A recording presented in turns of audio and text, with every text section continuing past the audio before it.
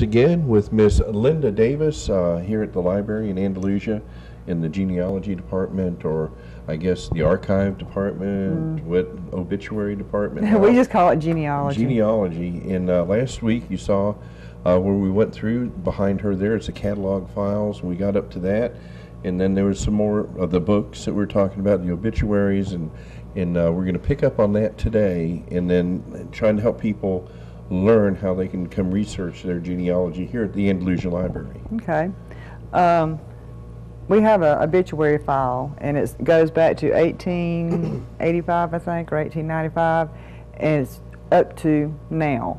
But this book has, we made this book for alphabetical order for people that wants to see if they can find their person without having to know what year they died. They can just find it alphabetically, and it will give you the newspaper that it was in and the page it was on. So it makes it quicker. The first 3 drawers of that cabinet is strictly genealogy stuff, and if it's not a book that someone is in, it may be what we call the blue cabinet. I know this just seems kind of stupid the way we do things, but it's not, because this is strictly family history. It may be something Curtis Thomason wrote in the newspaper, or it may be something someone donated to the library, and I'm big on donations for anybody that's got anything to donate on their family. If you wanted to look up, let's say, Andrews, you would pull the file,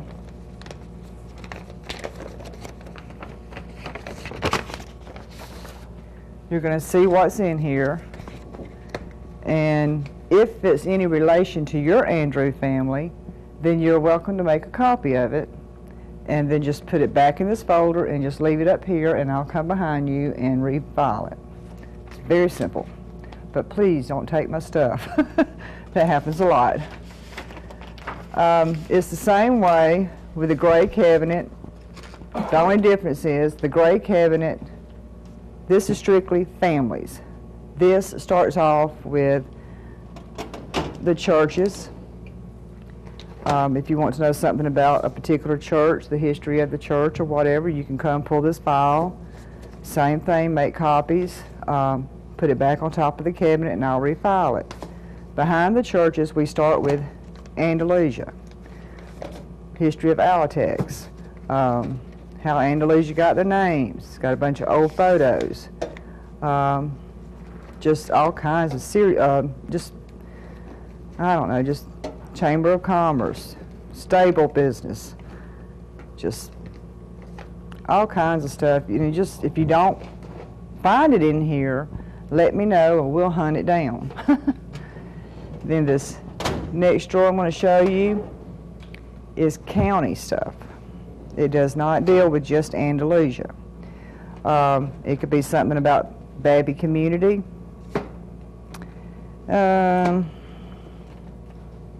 Name me something. Falco, which a lot of younger people nowadays does not even know that place existed. And what is that? It was a huge lumber mill. Oh, yeah. And it's right there. Randy was telling me about that. Close to Wayne. Yeah.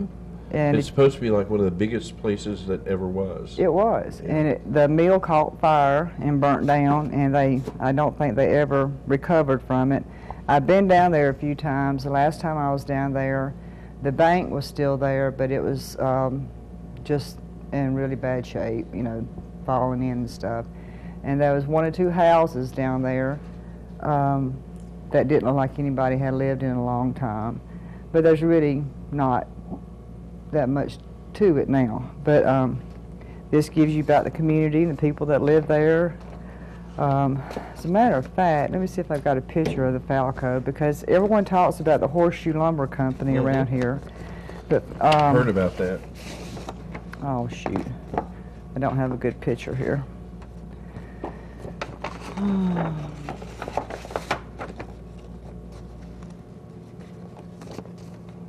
A lot of people, when the fire broke out, a lot of people were employed there from Covey County. Yes. They ended up moving to Opp in different areas, and this is And that was a community. That was a very large community. Yeah, you can't even see it on this. This is, I copied off someone else's book, and it just didn't turn out well. I'll hunt you down a picture of Falco, the mill, in just a minute. Well, let's see. That's where it was located at? So here's Wing and Beta, and Falco's over here, if you're going towards. Do you know off the top of your head how many people that employed and how many people lived in that area Ooh. approximately? I have no idea. It was a lot. I mean, Alatex was huge, but this was actually in its day the place. Yeah, but you have to remember this was mostly a man's field. Mm-hmm. Back then, you know, they didn't have women working things like that. I'm not saying they didn't work. I'm fascinated with Falco. I mean, Yeah, everyone is. I mean, it's a place that people just never really talk about anymore. That's why the younger people never even know it exists. And that's like the Horseshoe Lumber Company. And, you know, it's one thing the teachers around here should give the kids a book report on. Know your own community, you know. Social studies is Right. Yeah. And you know, it could be small things. It could be how many banks has Andalusia ever had? Because we, started out with one little bitty bank, and now we have several. And so it just, they really need to know about their own town as much as they need to know about Washington, D.C. Exactly. Because when people like me die out, and you're right. there's not going to be many people left to tell them the stories. The accurate stories. The accurate stories. There's going to be, well, there's this place called Falco, and it was a ghost town. There used to be ghosts there all the time. You know what I'm saying? Yeah, it won't they'll be make, the, yeah, they'll right. make a big thing of it, but And it's not like going to the be. lumber mill over on the, where's that at? On Montezuma? Montezuma? River Falls, the old mill that's there. Well, that would be Horseshoe Lumber Company. That's Horseshoe Lumber Company, where all the dead bodies are supposed to be in the bottom of the river down there. You heard about that too, I'm sure. Well, now the Horseshoe Lumber Company, you know, when the flood happened in 1929 in River Falls, Right. it wiped River Falls away, basically. But only one person, to my knowledge, actually died in that flood. And that was one child that he was blind, and he had come loose from his mother's grip. And since he couldn't see, and, you know, Right. people calling to him wasn't any good. That's the only one that I know of that died in that flood. But it was a tremendous, tremendous hardship on anyone. I'm going to show you.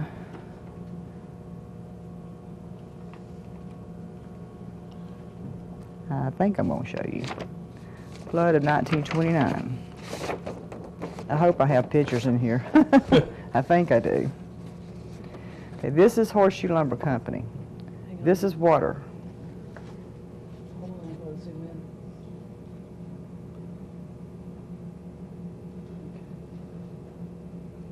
in. Okay, this is Horseshoe Lumber Company right here. And That's a part of it. I mean, it that's was where large. the water had come up to it. Wow. And this is a bridge. Let's see, I got two things in here. This also went all the way to,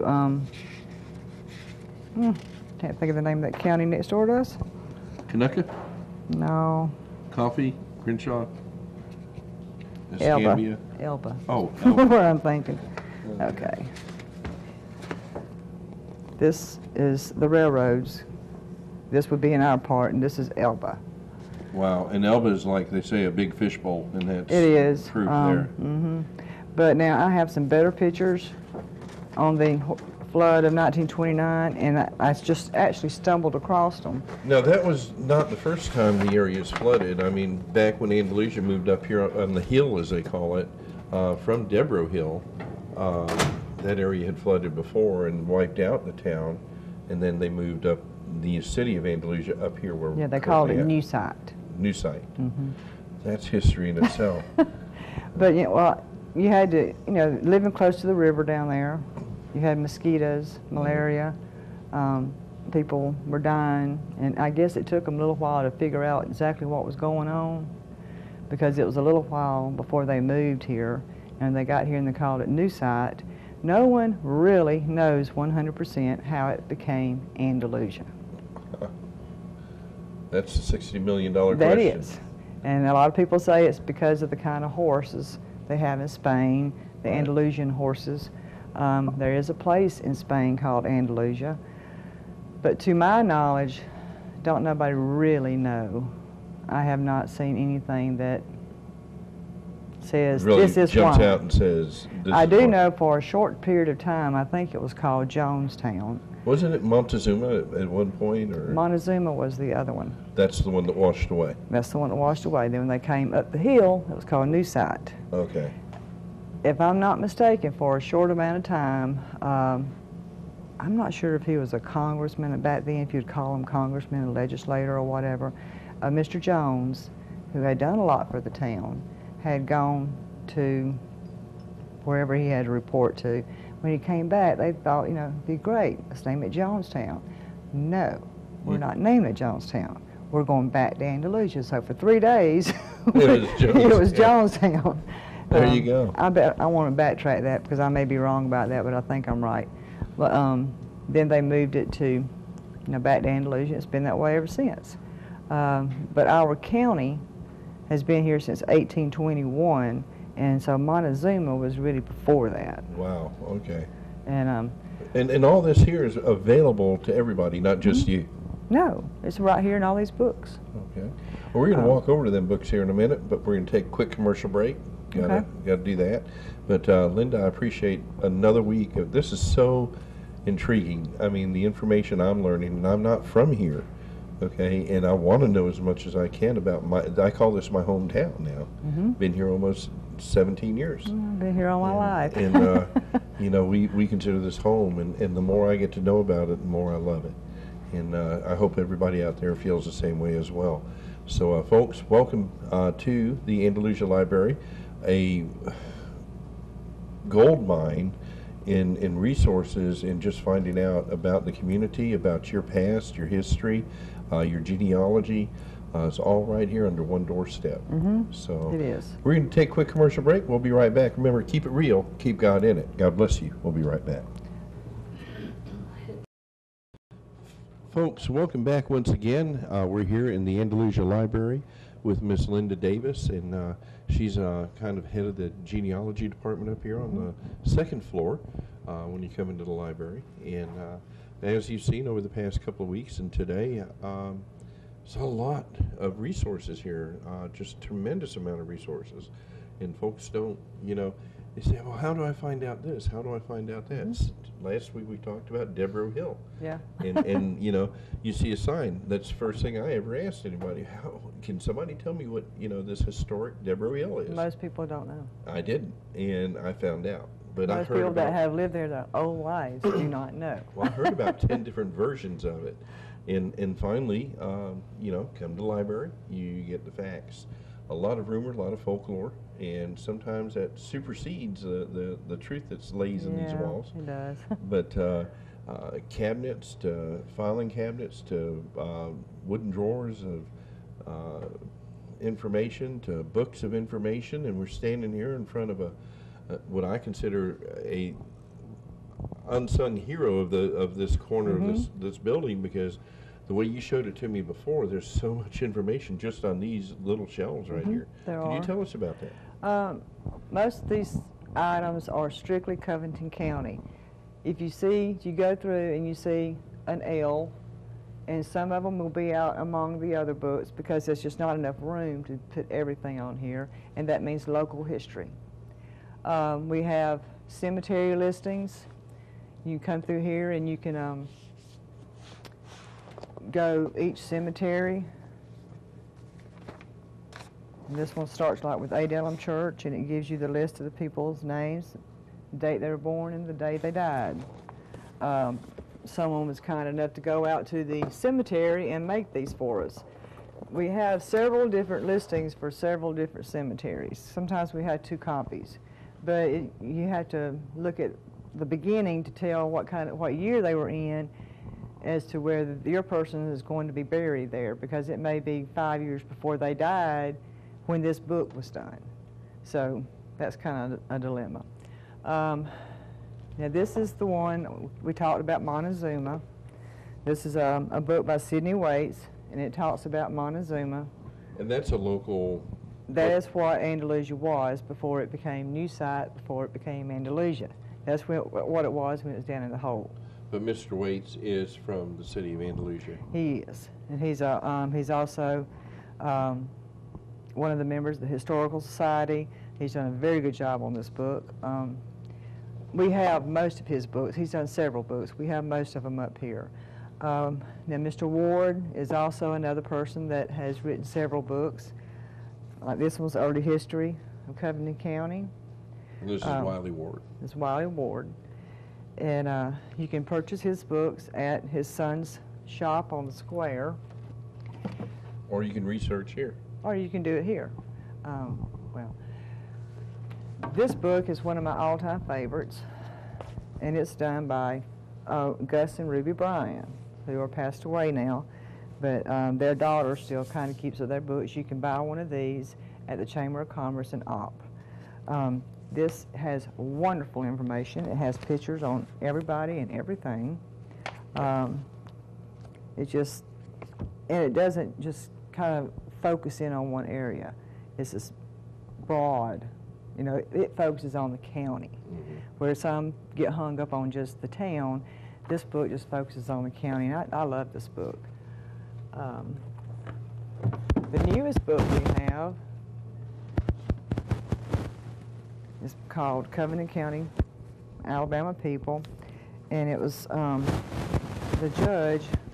And you were telling us about this book before we had technical difficulties. This is your favorite book? It's one of my favorites. It's Covington County, Alabama People, and Judge Henry Jones. It was notes his wife took of the people in Covington County, and she would make down little notes, Miss Bryan's notes, and just a little bit of history of people that she knew in the area. I shouldn't say his wife, because I think Miss Bryan helped. Judge Henry Jones and Ruby Bryan, which she was also the one that helped in this book. Her husband and her did this book, and then she helped with this book. Okay. A lot of information to keep up with. So I know what I'm saying, but I don't know how to make it come across to people. And like I say, I have a tendency to go too fast. We have a lot of books on families. Like Lisa Franklin has a book up here on her family. Curtis Thomason has one. We have several out there of different families. We have two people that's researching families today on the Blue history. what's Blue history? The last name Blue. Oh, okay. I thought, never mind. Okay. Okay. Everybody gets a good laugh at Eddie every once in a while. Well, yeah, I didn't make that clear, but I've been compiling the old newspapers for a long time now. Like this is the Andalusia Star, and the page that I flipped to is 1912. And everybody talks about, you know, things were just, they were different back in the olden days. Things that babies died from teething because they would get infection in. And it's just, you know, really, really sad. And like this young gentleman, he got thrown from his horse, and his leg was shattered so badly they had to amputate it. You know, that's 1912. It's just really, really sad. But that's the kind of news stories that would go in. You don't hear about somebody breaking a leg today and having a shattered leg and so bad that they had to be amputated. You won't know that. I mean, that would be something you'd find out today on Facebook. Well, what I do, the reason I do this is our courthouse burnt in 1878. Okay, and so we do not have a census record for 1890. So the next one would be 1910. So there's about 20 years gap there. So the reason I started it to start with was because they would put in the newspaper who came into the town, new people, right, who was leaving, who died, and blah, blah, blah. So I started compiling these old newspapers, and then I index them so you can find out what your family was doing. And sometimes it's not to find out who was here and who died or whatever, just to find out what your family was doing. You know, they might have killed the biggest hog in Covington County, you know. But that kind of stuff And they may have been caught for horse, you know, theft. So well, more along the lines of making whiskey. But I mean, people were. don't tell me Covington County was a moonshine county. Okay, I won't tell you. I've heard that rumor too. I've got some pictures. You want to see those? Put it this way, we like our liquor here. Well, you know, like I said, used to in the olden days, you could take your jug up to the drugstore, fill it up, bring it back. Yeah. And everything was legal. And the funniest thing that I find about a lot of the stores is on Sunday mornings, you could open your store early Sunday morning, but you had to be shut down by the time religious services start. Ah. If you went into a church and caused a ruckus, you could be jailed and fined for that. Wow. And just like spitting on the sidewalk. So Kids riding their bicycles. Kids were fined for riding their bicycles on the sidewalk. The saying, the early bird gets the worm, meant the tequila worm. I don't know about that. I'm not sure if they knew what tequila was around here. Well, I bet you they didn't care if worm was there either. No. But there's just a lot of, this is not the only ones. There were several different newspapers back in the olden days. You got the Andalusia Daily Star, Andalusia Gazette. And see, this one goes all the way back to 1903. And here's the Andalusia News. And these are all done alphabetically, so you can just look and see if your family's name was there, and then look and see what they were doing during that time. You know, maybe they died, maybe they did a very impressive sermon at church or just something like that, and it gives a lot of marriage information. We don't have marriage license up here at the library. All we have is a marriage license that was put in the paper. Gotcha. If they were in the paper, we have it. But we don't have, you know, a lot of people come in here and ask me, where can we get those? Courthouse. It has to go through the courthouse. We don't have access to those. All right. Anything else you want to know about this? It's just all different kinds of things. You got folks from Pea Ridge, you got black folks from Pea Ridge. I just keep slapping your thing. Okay. I do want to explain the census records a little bit, since most people are not aware of how they work. This one is the 1900 census. Can you see it? If you were looking, now this one, I took it off the census roll exactly like it was, but this is only half of it. There's another half that goes out this far. But my aim was to get the people's names. So this is the 1900 census. James Johnson is the head of household. He was white, he was married, his birth date was May 1868, he's 32.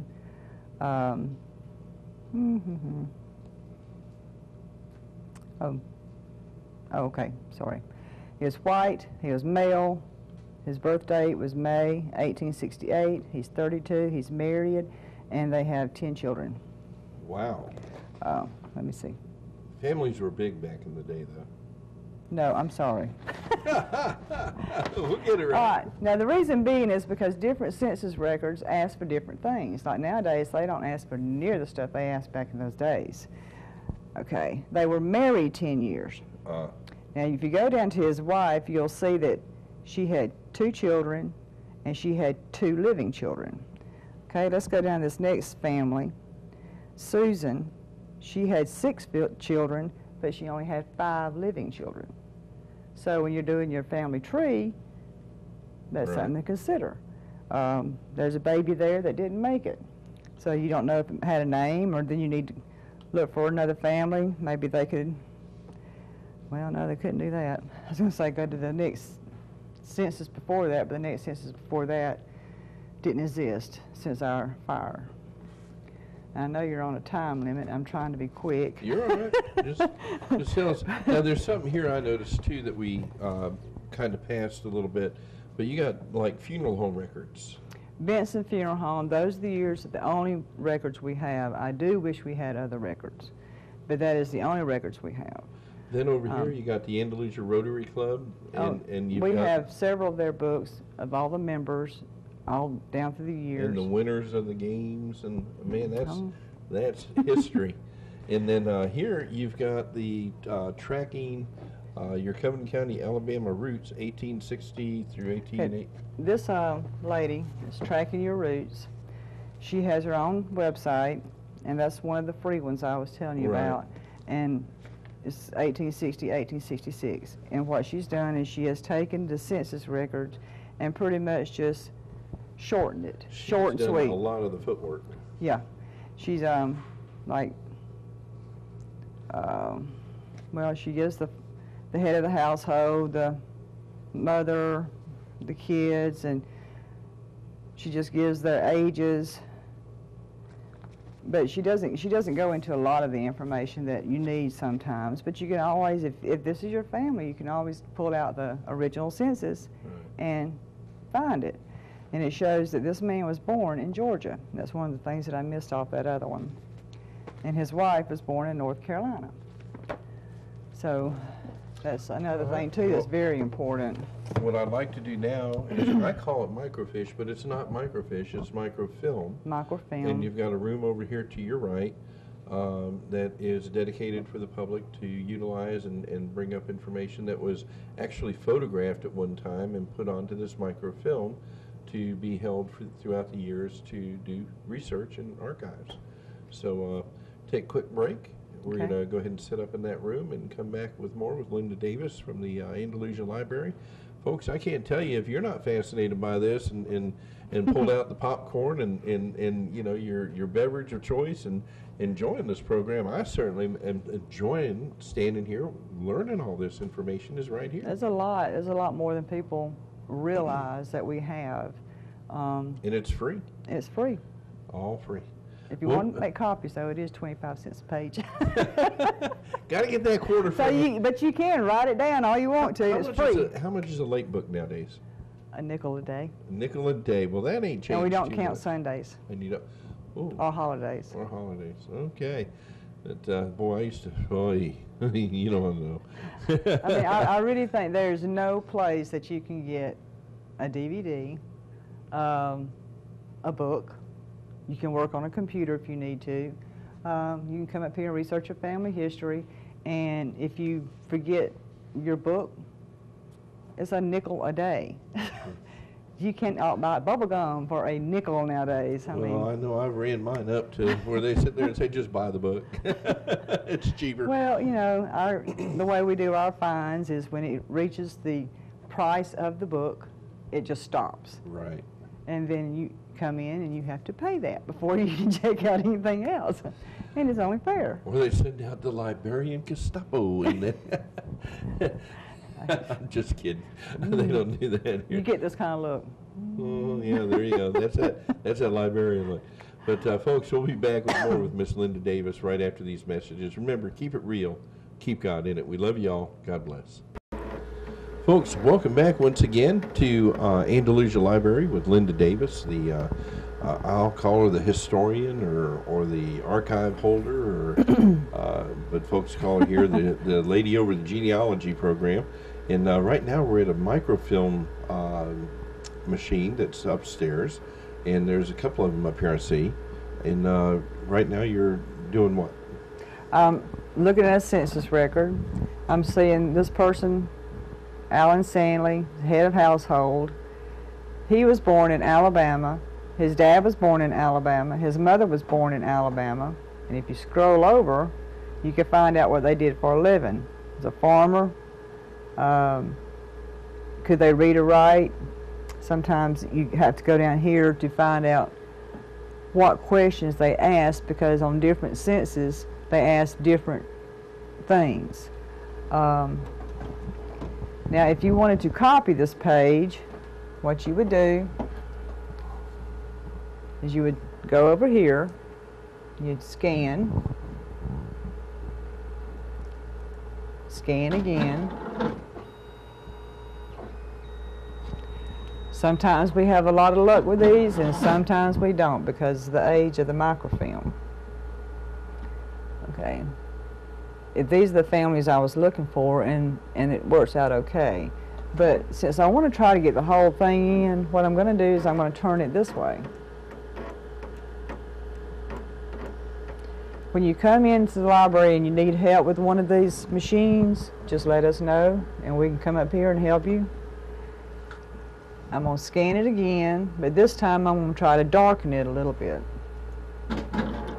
which I forgot to do.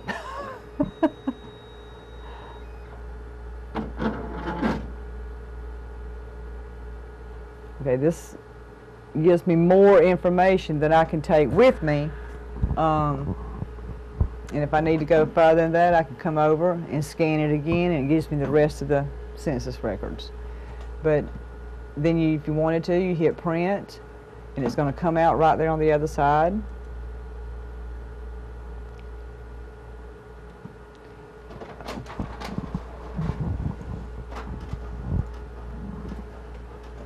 And then you go down, when you're finished with all your research, anything that you've copied, you just take it downstairs and pay $0.25 per page. Okay. And some of the other places where you pay for copies, it's a lot more than that. It is. The courthouse, you can go to the courthouse and get a marriage license. You pretty much have to know in the range of time frame, but they can pull it up, and most of it is still on microfiche, and that's what came out of the printer. Oh, I had it upside down. Gee, I couldn't tell. well, a lot of people ask me, how can you read that? And I said, because I'm used to it, you know. But these aren't wonder why complicated machines. These are things that people can learn how to handle, and you'll be more than happy to show them how to use it. Right.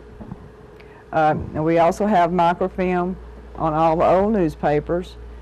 We're hoping to get things digitized so it'll be so much easier and more up to date, and like these, a lot of these microfilm, the 1910 for instance, on our county, the one that we have is so faint and so light, it's almost, you can't hardly read it at all. And that's one reason I haven't tried to copy it off, and because it's just, it's bad. But with now the way they're digitizing, you get the whole state with every county of Alabama on one, and they cost like $500. So that's something that is, you know, wow, that is for every census record, like the 1940, and you know, it's hard for us to pay that. So it's not like we're neglectful. It's just, it's certain tough. things you can afford, certain things you can't. Right. Life goes on. Yep, that's the way it is. And the majority of that life that's been going on for many, many hundreds of years can be captured right here and relived and rethought of and revisited. Yep. Free of charge. I do want to tell everyone that we do not have Indian history. We do not have any kind of books or anything that's going to tell you if your family was an Indian or not. That's the number one thing that people come up here and said, I've always heard. I can't help you. Because I don't have any kind of book that's going to tell me with this person with this Indian name, change their name to this white person's name. So I don't have anything like that. And I don't know of anything like that. But I'm sure there's something out there that somebody else has, maybe at the larger archives or something like that, but maybe in Montgomery, but we just don't have it here. And I'm not aware of anything that is out there that can help us. But if anybody knows of anything, knows about a book or knows about a CD or anything like that, get in touch with me and we'll see what we can do.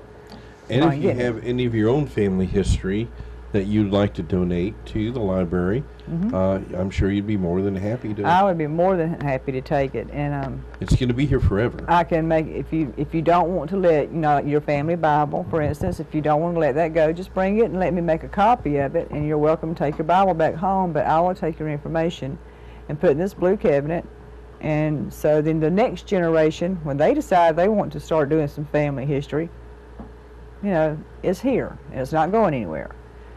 You know what I get excited about when I talk to you about when you talk like that about what you can do? I'm looking forward to giving you all the information to the first television station on WKNI TV. Okay. Coming into the community 10 years ago to, you know, this year. Okay. And start with that and keep you updated on it, and then make you copies of the DVDs and stuff that we have of all the Okay. interviews and stuff. That would be great. That way you can have them on file here, and then 50 years from now when Eddie's gone, and they sit there, who was that crazy guy that had the TV station? Who would have thunk that? And they can come down here and they can sit there and watch, you know, the videos and look at what was going on 50 years. Yeah, that's a lot of things, you know, that young people don't. And I say young people, I'm talking about like my daughters, you know, they're in the 20s, and they kind of understand why I want to know, but they, for some reason or other. Honestly, we want to be nosy. No, the genealogy We'll bug doesn't seem to really bite people till they get in their 50s. Yeah, I'm there. And that's when all of a sudden you want to know stuff. But now I will tell everyone that everything we have is not on Covington County. We have Georgia records, we have North Carolina records, different states, Tennessee, we have other counties, census records. So it's not just on, you know, that you may find something out of the blue, you know, you think it's not going to be here in a million years, and there it is, it pops up. Wow. So you just don't know till you start digging. And that's sometimes, you know, it breaks your heart when you find out something didn't work right, and then sometimes you understand what a struggle it was for your family, like my grandparents' parents, struggling to clear land for grazing and stuff like that, and to build their house and stuff. That was a tough job. You didn't have tractors.